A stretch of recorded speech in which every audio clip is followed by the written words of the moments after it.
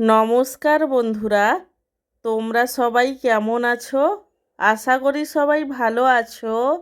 আমার চ্যানেলে তোমাদের সবাইকে স্বাগত জানাই। আজকে আমার লাঞ্চের থালিতে কি কি মেনু আছে তারই ভিডিও তোমাদের সাথে শেয়ার করব।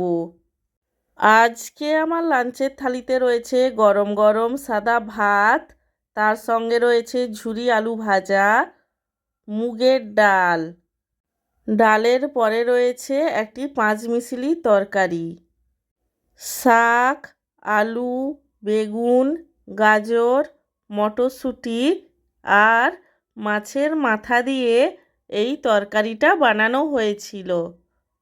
এবং সব শেষে রয়েছে চিকেন কষা।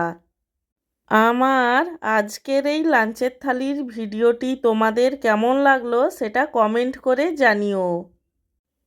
আর ভিডিওটিতে লাইক দিতে এবং চ্যানেলটিকে সাবস্ক্রাইব করতে একদমই ভুলো না।